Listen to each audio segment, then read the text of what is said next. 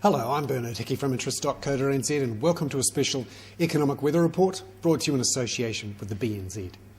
Today we want to have a look at the statement released by the Reserve Bank of New Zealand when it decided to leave the official cash rate on hold at 2.5%. It is said that it will look to increase the official cash rate sometime in the, quote, coming months.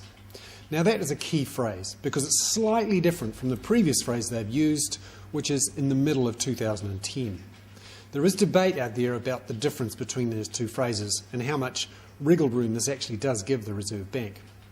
I think it gives the Reserve Bank slightly more wiggle room to maybe wait until September. Other economists are saying that there isn't too much difference. We're still looking at a rate hike in June or July. In fact, if anything, the balance of opinion after today's statement is that an increase in June or July is more likely. ANZ, for example, who had been saying the Reserve Bank could wait until September, have changed their view. They're now saying June. BNZ's Stephen Topless is still saying June or July, Westpac is saying June, and ASB is saying July. The key result here is that interest rates will increase. Most people are saying interest rates, at least the official cash rate, will go up from 2.5% to somewhere between 3.5% and 4% by the end of this year.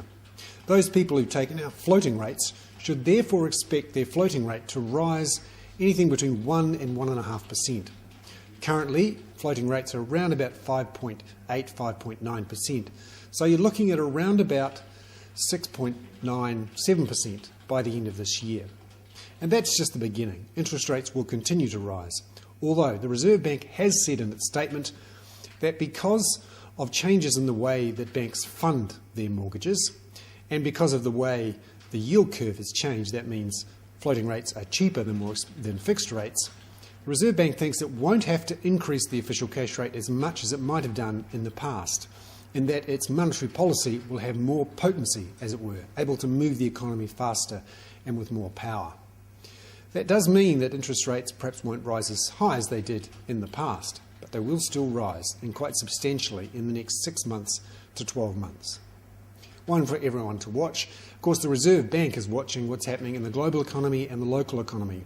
The comments in today's statement weren't particularly unusual, simply said that growth is stronger in Asia in particular than they were expecting, that there were some initial signs that growth in New Zealand was picking up faster than it had previously thought, but that consumers were being very careful about their spending, and also banks were being careful about their lending, and that signs of inflation were relatively muted at this stage. However, when you look at the big picture and stand back, 2.5% is a record low for the official cash rate. It simply can't stay here for too much longer. Certainly as the economy recovers at a rate that business confidence surveys suggest is around 4 to 5% GDP growth in the next year. Well, there we have it, a special economic weather report on the official cash rate decision. I'm Bernard Hickey from Interest.co.nz. That was brought to you in association with the BNZ.